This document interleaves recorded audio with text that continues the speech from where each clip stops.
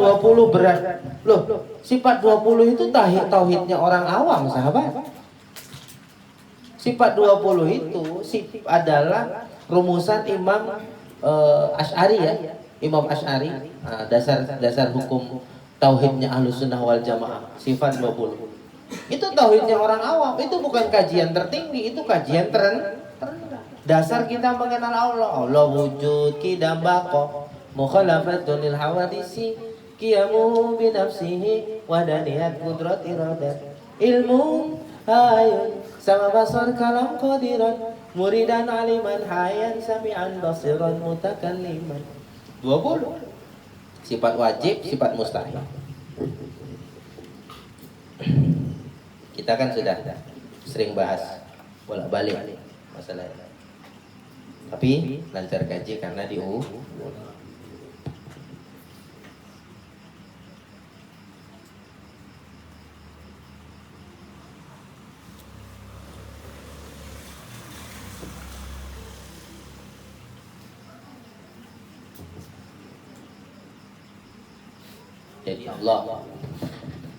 Allah memiliki, ini Allah ini kan zat ya. Bagaimana memahami zat ini? Maka memahami zat ini ada turunannya. Kalau dalam ilmu tauhid dari sifatnya,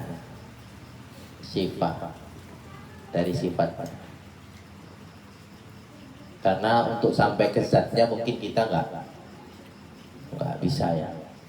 Yang faktanya yang udah sampai di hadapan zat Allah itu cuma Rasul. Kan iya sih. Ketika peristiwa Isra Mi'raj. Nah, sifat Allah ini berlaku di alam semesta. Wujud, qidam, baqa,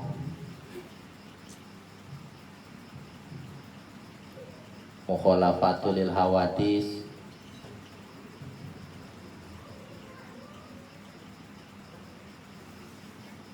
wadis, qiyamuhu bi nafsihi,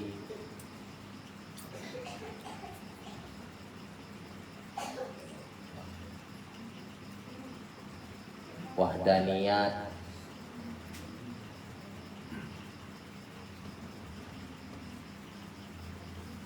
qudrat, irodah, ilmun, ayun, mana lagi nih? Manilah, ayun. Pokoknya gitulah ya sampai 20. Nah, ini semua itulah pengejawantahan yang disebut alam semesta. Paham ya? Alam semesta itu ya perwujudan dari sifat Allah itu sendiri. Ada nggak alam semesta ini? Ada. Maka ada tafakkaru fi khalqillah wa la tafakkaru fi dzatillah. Kan ada istilah seperti itu. Kita berpikir itu jangan pada zat. Karena zat itu bukan dimensi fikir, bukan dimensi intelektual. Kita nggak akan nyanda kalau pakai intelektual. Kalau mau bicara zat, nanti kita bicara spiritual. Itu yang sering kita bahas tiap malam. Spiritual. Kalau mau kenal Allah dari sifat dengan akliyah, maka tafakkaru fi khalqillah. Akal manusia. Otak kanan, otak kiri. Oh ini kiri ya. Kiri ini kan kanan. Nah, tafakkaru fi khalqillah. Berpikirlah pada ciptaan Allah, alam semesta yang nampak, 7 lapis langit dan bumi beserta isinya. Talah bumi dan isinya ya termasuk jasad segala macam itu, ada hewan, tumbuhan, apalagi yang nyata-nyata kan hewan, tumbuhan, apalagi batu, apa semua lah. Nah, itu kan esensi wujud. Ada kan? Oh, ini ada. Berarti ada yang nyiptakan. Betul tidak? Kan gitu kan? Ini nggak mungkin ada dengan sendirinya. Pasti ada yang nyipta. Nah, itu akhirnya mengantarkan kita akan adanya wujud itu. Wujud alam semesta ini kan ada yang menyiptakan. Nah, berarti itu menunjukkan ada yang menciptakan itu. Siapa? Ya Allah. Adanya alam semesta, adanya alam ini bukti adanya Tuhan. Kata orang Pak Irama kan? Ya kan? Nah, itu kan itu implementasi sifat wujud. Begitu juga kidam terdahulu. Hidup ini kan gak lepas dari kausalitas ya, sebab akibat. Ini dari orang tuanya, kan gitu sih. Orang tuanya dari kakek neneknya, betul tidak? Seterusnya sampai ke Adam. Terus yang paling terdahulu sebelum Adam kan Allah. Kita begitu juga bako. Nah, yang wujud ini bakal binasa semua. Yang dahulu Adam sampai nanti manusia terakhir. Lah sebelum Adam ada malaikat kan? Sebelum malaikat, ya kan? Itu hancur binasa semua kecuali Allah. Betul tidak? Allah tetap. Begitu juga, ini kalau dibahas satu-satu kan panjang ya. Kan? Panjang ini. Nggak pulang situ nanti. Udah nggak pulang, nggak selesai pula. Iya kan? Udah. Ini kan kita potong singkatnya saja. Nah, yang ini kan bisa diingat dengan otak kiri, intelektual. Otak kiri ini intelektual. Dimensinya intelektual. Kalau otak kanan dimensinya spiritual. Hal-hal yang irasional. Spiritual itu hal-hal yang irasional, metafisika. Ada tapi tidak bisa dibayangkan bentuk apa segala macam wujud. Betul tidak? Maka ke Allah itu nanti lebih, kalau kemari ke sifat kemudian jadi fiil. Fiil itu jadi sebuah action. Fiil itu kan action. Ini namanya kalau dalam ilmu tasawuf itu nanti ada martabah 4. Ada Allah, kemudian turunnya ke sifat, dari sifat turun ke fiil. Fiil itu hasil dari sebuah perbuatan. Misalnya Allah itu maha menciptakan. Kan begitu sih? Sifat Allah itu maha menciptakan. Apa buktinya? Ya alam semesta ini. Alam semesta ini itulah efek dari sifat maha pencipta. Paham ya? Fiil itu. Sifat turun jadi fiil. Nah, ini bisa dicerna dengan otak kiri. Karena ketika ada ayat atau ada hadis, tafakkaru fi khalqillah wa la tafakkaru fi zatillah.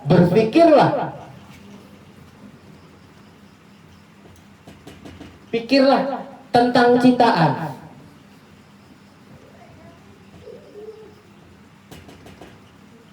Wala tafakkaru fi khalqillah, tapi jangan berpikir tentang pencipta.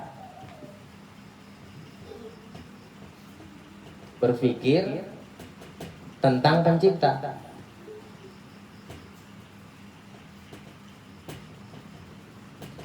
Ini untuk mana? Ini untuk ini. Otak kiri, untuk otak kiri. Kaidah yang menyebutkan tafakkaru fi khalqillah wa la tafakkaru fi zatillah. Berpikirlah tentang ciptaan yang kita sebut tadi, dan jangan berpikir tentang pencipta, tentang zat Allah. Itu dimensi intelektual, dimensi otak kiri. Karena otak kiri itu hanya bisa memikirkan yang nampak-nampak. Bicara agama kalau cuma hukum syariah, nampak dia ini wajib ayat apa, itu intelektual masih ada. Karena bisa diindrawi dengan akal. Paham maksudnya kan? Bisa diterima akal. Sementara dalil dalam ilmu tauhid ada dalil akli, ada dalil nakli.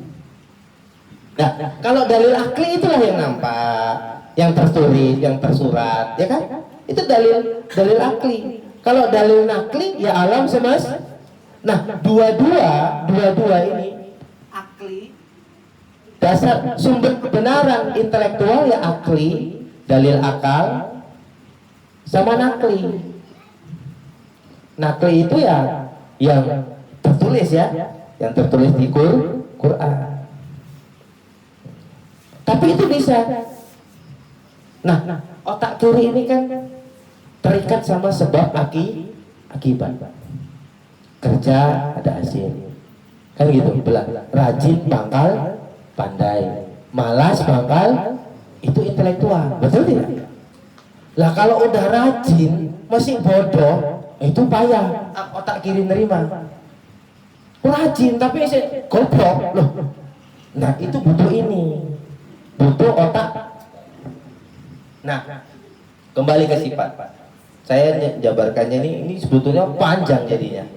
Sifat ini kan ada wajib, betul tidak? Wajib ini lawannya mustahil. Misalnya, ini yang kita sebutkan tadi ini sifat wajib ini. Wujud kidam bakum mukhalafatul hawadis jamu binafsi wahdaniyat qudrah iradat ilmun hayun sama basar kalam qadirat muridan aliman hayat sampai basyaru mutakaliban. Itu sifat wajib. Lawannya itu wujud adam lawannya. Artinya apa? Wujud Allah itu ada. Sifat wajibnya. Mustahilnya, mustahil Allah itu ada. Mustahil tidak ada. Lawan dari ini itu namanya sifat mustahil. Nah, selain sifat wajib dan sifat mustahil, ada sifat jaiz. Sifat jaiz itu apa? Tarku kula mungkinin au fi'lu. Terserah Allah, itu hak prerogatif. Suka-suka hatinya. Semau gue. Allah punya gitu. Lah, orang dah berbuat baik dapatnya baik. Itu kan masih sesuai hukum intelektual ya. Orang buat baik dapatnya buruk. Itu nggak bisa diterima ini. Maka orang baik yang datangnya buruk, dia stres. Loh kok dadinya gini ya? Karena otak kiri nggak bisa menerima sesuatu yang di luar. Dia ini kan berjalannya di sebab akibat, sebab akibat, kausalitas. Ya kalau sudah kalau sudah nanam ya harus panen. Nanam nggak panen setruk ya. Loh kok nggak panen ya? Betul tidak? Otak kiri nggak bisa kenapa hukum otak kiri gitu, nanam ya panen, baik ya datang baik, buruk ya jadi buruk. Itu bicara otak kiri. Kalau baik datangnya buruk, itu yang bisa nerima otak kanan. Karena otak kanan bermain di sifat jaiz. Ya suka hati Allah mau ngasih baik buruk gak urusan kita. Kita bicara malam ini lebih fokus kepada sifat jaiz. Karena orang yang tidak paham sifat jaiz, itulah yang hidupnya selalu bermasalah. Ketika dia kaget dengan fakta yang datang dari berbanding terbalik dengan yang dia buat. Paham maksudnya? Dia udah baik kok datangnya buruk. Itu sifat jaiz Allah yang main. Orang kalau tidak paham sifat jaiz Allah, maka selama hidupnya dia bermasalah terus. Taunya dia kalau buat baik wajib datang baik. Wajib kan itu sih. Kalau buat buruk ya mustahil lah datangnya baik. Lah ada orang buruk kok kehidupannya baik-baik aja. Cina model lidi telu, montore wolu. Betul nggak? Montore wolu, ayo imbangi itu. Kalau dalam sifat mustahil, orang buat buruk mustahil dapat baik kan? Dia sembahyang pun enggak kok rezekinya lancar. Itu yang bermain apa? Ini terserah Allah kan? Orang kalau nggak paham ini, hidup bingung, dia nengok cerita hidupnya bingung, nengok cerita orang bingung, nengok dunia ini bingung. Nah, akhirnya itu tadi pecah pembuluh darah. Kenapa? Ketika otak kiri dipaksa mikirkan di luar kapasitas, itu nggak kawasan otak kiri, tapi dipaksa akhirnya pecah pembuluh darah, stroke. Otak kiri mengoperasikan bagian tubuh sebelah kanan, maka orang yang stroke biasanya sebelah kanannya yang begini. Betul tidak? Karena otak kirinya rusak, berpikir di luar kapasitas. Karena yang terjadi itu nggak kapasitas otak kiri. Itu pentingnya kenal Allah. Karena sifat jaiz itu sifat yang menunjukkan Allah yang sebenarnya. Ya aku Tuhan kok suka-suka hatiku. Allah kan gitu. Allah nggak harus ikut aturan berpikirmu kan. Nah, wajib sama mustahil. Ya buat baik wajib. Kata Allah kau buat baik nanti aku kasih baik. Wajib kau. Kalau kau buat buruk mustahil aku kasih baik. Kalau ya kan gitu kan? Kan gitu kan? Itu kan wajib sama mustahil berlaku sama makhluk, tapi kan nggak berlaku sama Allah. Yang berlaku sama Allah sifat jaiz. Paham ya? Jadi kalau kita udah buat baik kemudian boleh aja sih Allah ngasih buruk, itu arti jais itu boleh. Boleh kan? Terserah. Tapi kenapa? Loh, sebetulnya pun kalau kita buat baik pasti dapat baik. Kalau kita kenal Allah, tapi ini kan ceritanya masih panjang lagi nanti. Iya kan? Nah, singkat kata singkat cerita, pertanyaan itu tadi. Ini kalau cuma dijadikan amalan, tapi esensi yang kita bilang ini nggak paham, udah diamalkan kere, bingung. Paham maksudnya? Gila. Itu makanya kaji sifat 20 rata-rata bisa stres. Nah, kenapa? Dia belajar agama ketuhanan, apalagi tidak dibimbing orang yang punya kompetensi yang cukup, stres sampean. Karena memaksakan otak kiri masuk kapasitas yang bukan kapasitasnya. Cerita zat itu cerita otak kanan. Kenapa sekarang? Selama di tarbiyah. Mungkin kalau Bang Iwanta atau apa masih beberapa kali kan. Yang lain ini tanya orang yang lain. Hidupnya masih gitu-gitu aja. Pendapatannya masih begitu-gitu aja secara otak kiri. Dulu ketika mereka mutlak otak kiri dengan pendapatan yang sama, kehidupan yang sama, masalah yang sama sudah tertekan. Karena disebut masalah, karena datangnya tidak seperti yang diharapkan. Sekarang selama di tarbiyah, ininya mulai terisi. Kehidupannya masih sama, pendapatannya masih sama, permasalahannya sama, tapi lebih tenang karena yang jawab permasalahan itu sini. Sebelah kanan ngirim ke kiri, di luar harap udah buat baik, datangnya buruk, otak kanan bilang tinggal ya memang terserah Allah. Betul tidak? Kalau dulu bisa gitu, mana bisa pikiri sampai pagi. Kenapa? Otak kanannya kok kosong. Paham?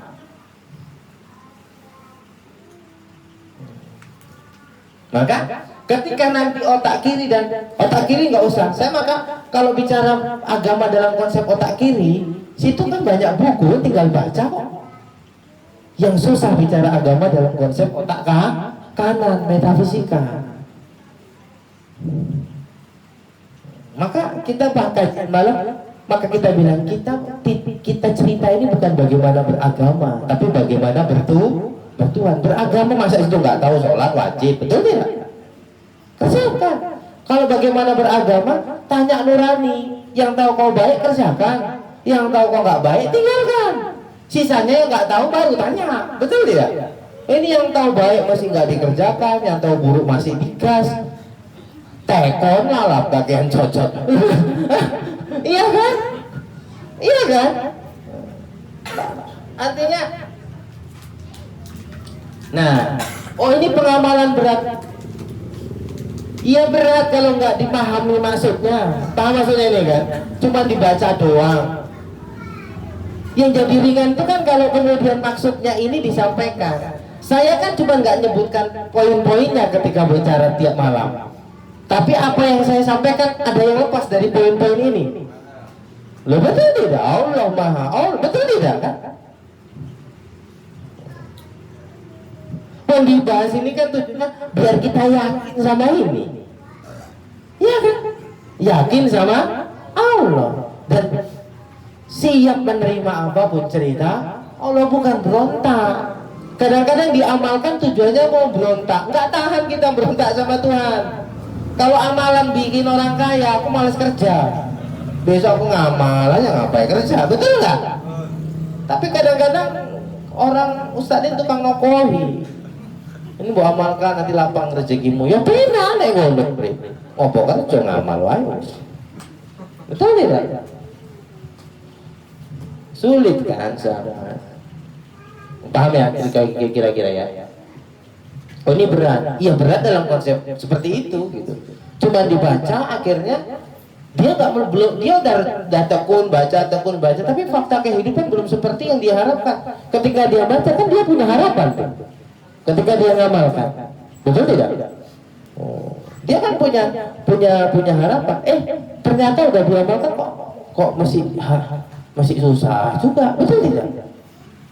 Kurang apa? Bingung kan? Akal otak kiri nggak bisa terima kan? Otak kanan kosong, jeblok. Nah itu dia. Jadi kalau dalam konsep amalan, mah kita bahas kalau kan tidak pernah kita bahas ya, apalagi hanya sekedar amalan. Amalan itu dalam hitungan sekian udah ada jin penunggunya. Maka jangan mengamalkan apapun kalau nggak ada arahan dari Rasulullah. Mau itu bentuk zikir, doa-doa, kalau nggak ada hadisnya jangan dibuat. Rawan itu, rawan iblis. Iya.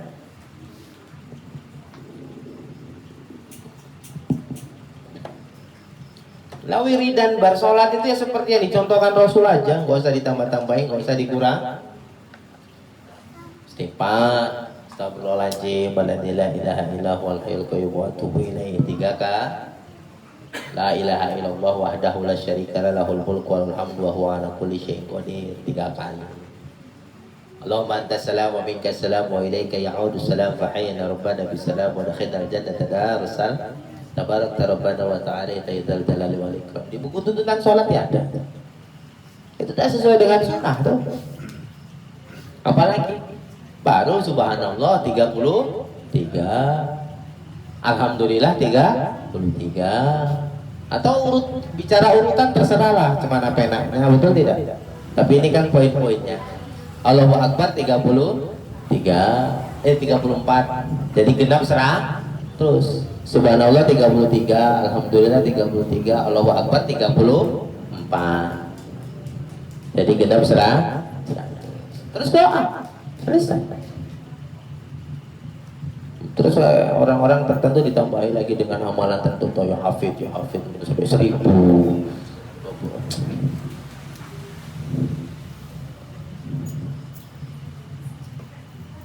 Kadang-kadang yang dianjurkan Rasul malah nggak kita buat, yang bukan anjuran Rasul malah dibuat. Betul tidak? Cemana yang gitu-gitu. Berarti lebih percaya orang daripada percaya Rasul, ya kan? Bagaimana mau dapat syafaat? Allah. Ya kalau mau diamalkan, apa yang lebih bagus? Ya Asmaul Husna lah. Lebih bagus daripada sifat 20.